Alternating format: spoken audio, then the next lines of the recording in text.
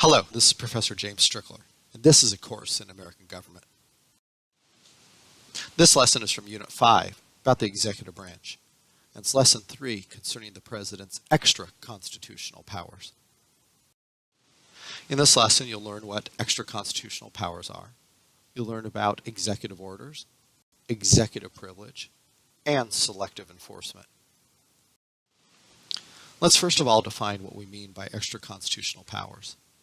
Extra constitutional powers are powers that a president claims that are not explicitly assigned to the president of the Constitution, but nonetheless have some sort of legal basis elsewhere.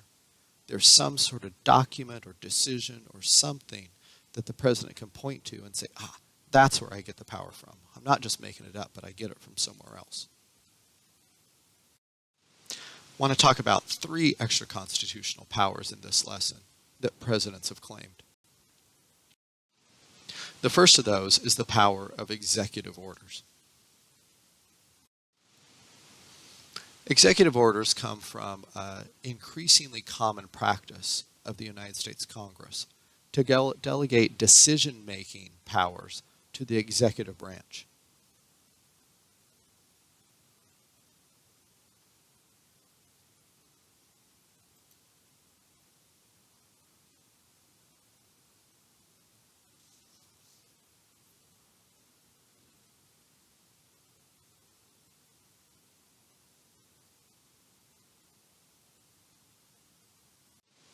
Some examples of the president delegating powers, Congress delegating powers to the executive branch, including the president, are first of all the Clean Air Act and then federal sentencing guidelines. The Clean Air Act was a law passed by Congress that mandated that the atmosphere in the United States of America be cleaned up. But in making that mandate, the Congress wasn't willing to go through the difficult process of figuring out exactly, scientifically speaking, what the rules should be for, say, manufacturing and the waste that they produce, that they expel into the atmosphere. They realized that they weren't in a position to figure out how many parts per million of each sort of chemical would be allowable to keep the country clean and safe. So what Congress did was, in the law itself, they turned over the responsibility of determining exactly what those regulations should be to the executive branch. Another example is the federal sentencing guidelines. In those, the United States Congress set some broad sort of guidelines of what sort of punishments should be assigned to crimes, but then essentially turned it over to the Justice Department to figure out the details of exactly how many years, what sort of fines people should be sentenced with when convicted of certain crimes, to then create recommendations for judges to actually use when they sentenced people.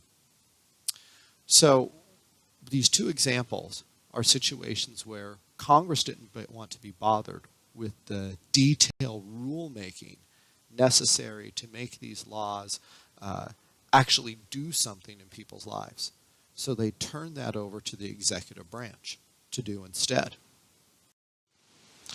Well, the President of the United States then, as the chief executive in situations like this, issues what have become known as executive orders.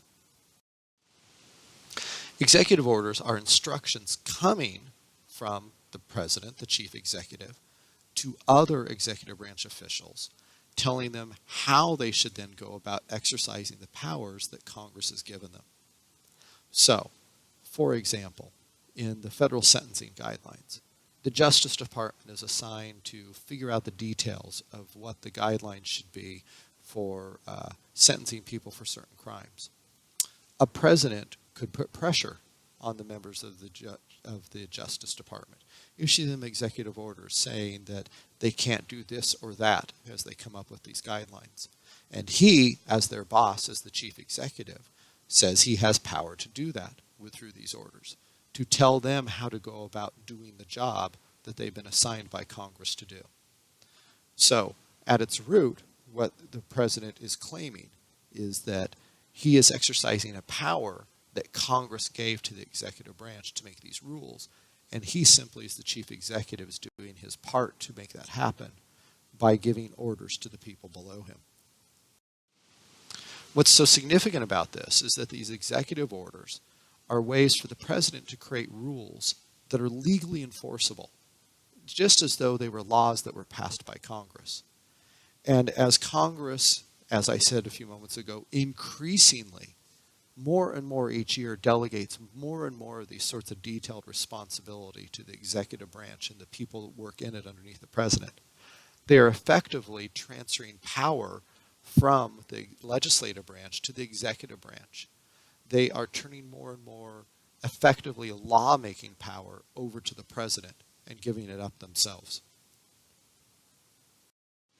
The next extra constitutional power of the president that we're going to discuss in this lesson is the power of executive privilege.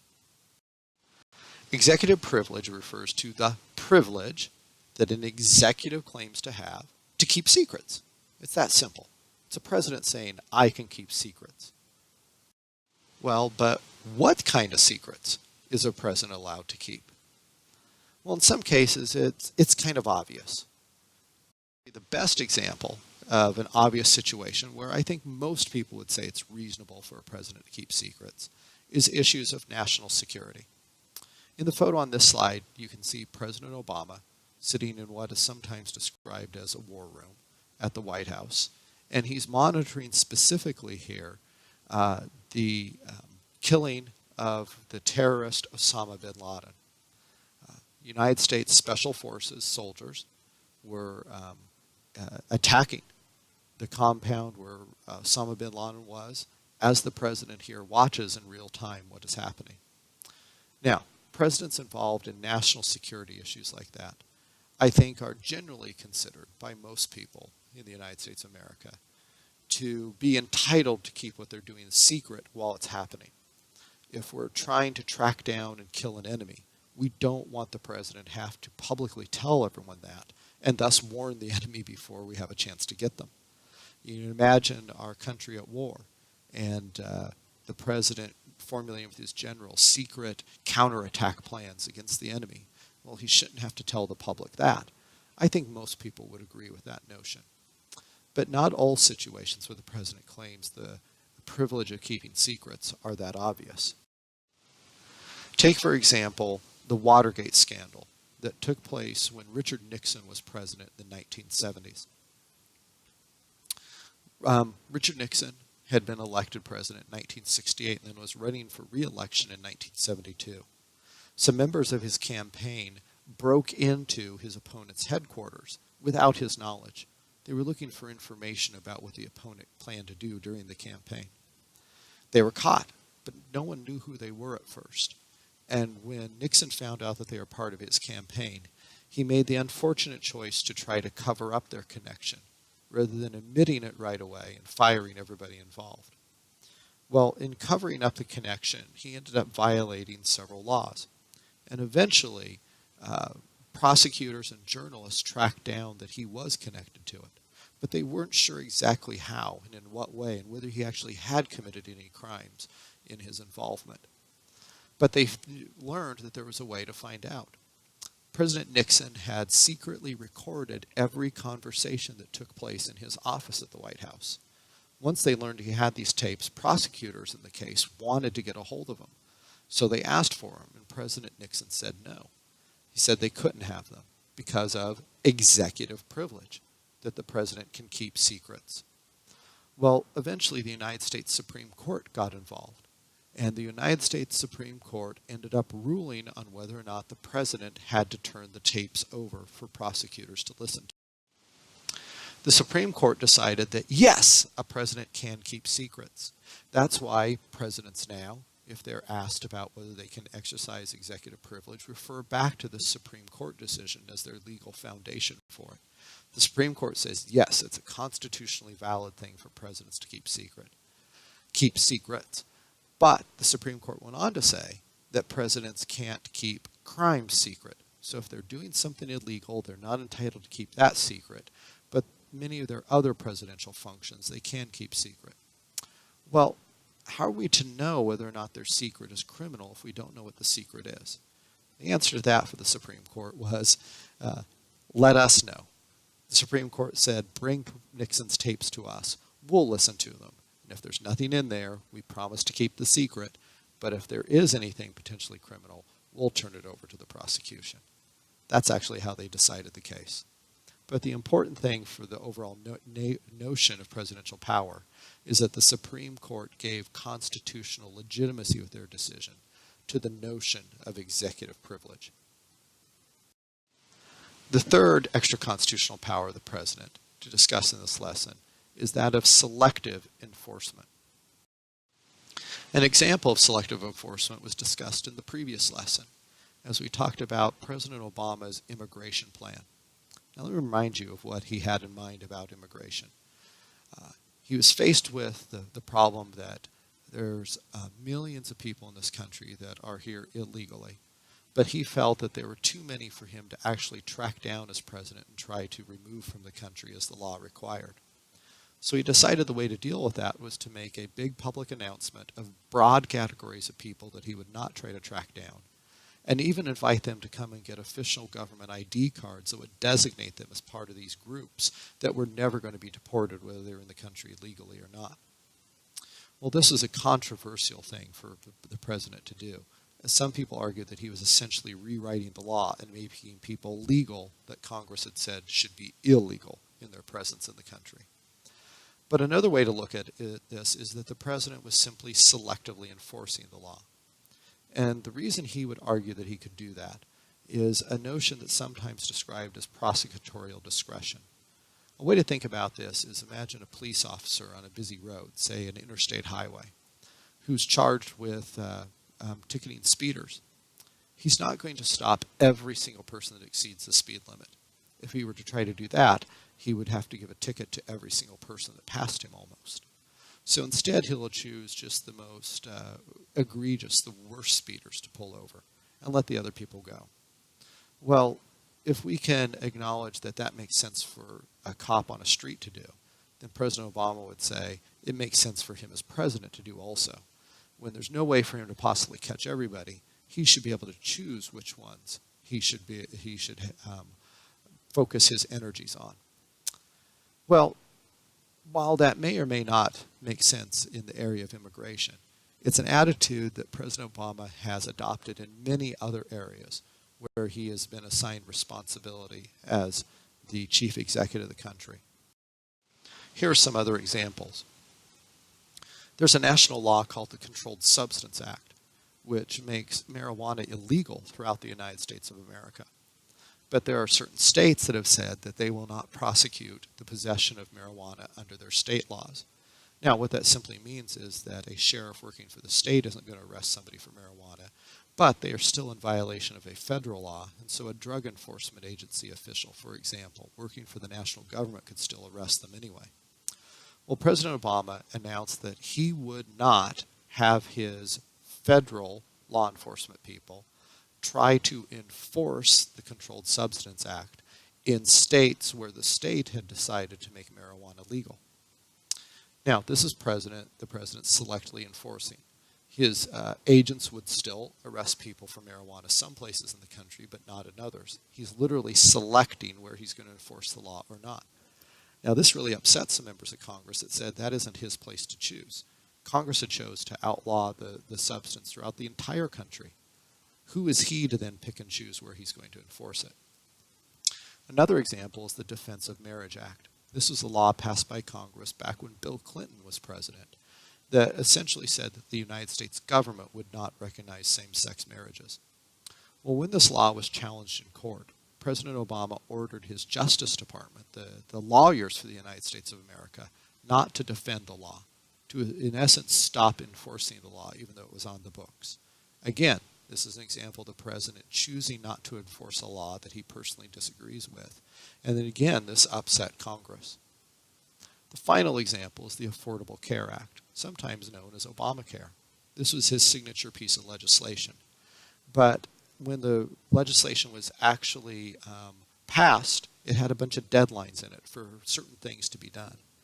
And President Obama, as President of the United States, kept extending the deadlines for these things because he felt that they weren't quite ready to implement them. And if they had tried to implement them too soon, it would have failed, it would have looked bad, and it would have caused potentially the Affordable Care Act to collapse. So he chose to put them off, even though the way the law that was written, it required him to do certain things at certain points. He simply declined to do them as the law said, feeling that he could choose what to enforce and when to enforce it. So these are all examples of the president selecting when he would uphold a particular law. Now, whether you agree or disagree with any of these, you may in fact look at these and say, you know what? I'm glad that President Obama isn't enforcing the marijuana laws. I'm glad he didn't enforce the Defense of Marriage Act. I'm glad that he put off the Affordable Care Act till it was ready to go. You may agree with each of those, but the potential problem with them is that once a president has claimed this power, as President Obama actively has, what will future presidents do?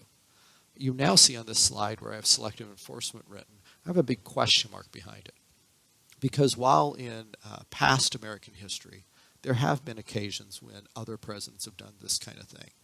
President Obama is the first president to systematically pick and choose which laws he will enforce in this way.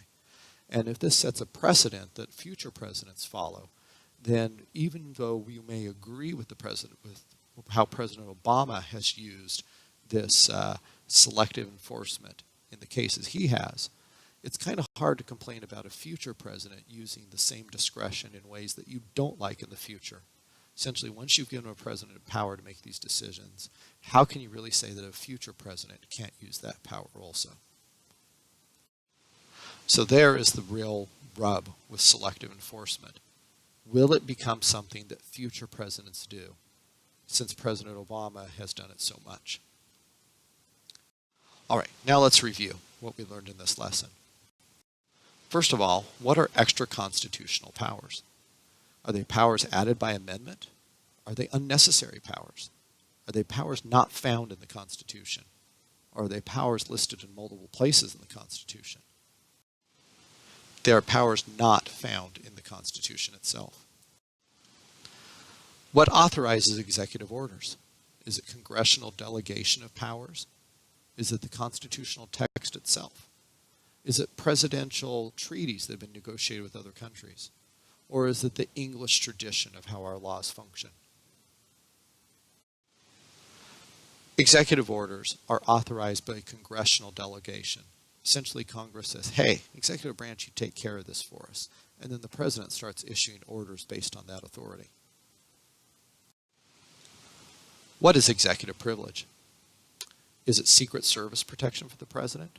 Is it the free travel that the president gets on Air Force One? Is it the spending of money as President of the United States? Or is it the keeping of secrets? Executive privilege is the keeping of secrets. Which is an example of selective enforcement? Is it medical marijuana, same-sex marriage, illegal immigration, or all of the above? The correct answer is all the above. In each of these areas, the executive branch under President Obama has chosen what parts of the law it will enforce and what parts it will not. All right, that completes this lesson. The next lesson from Unit 5 will be Lesson 4 about informal powers of the president.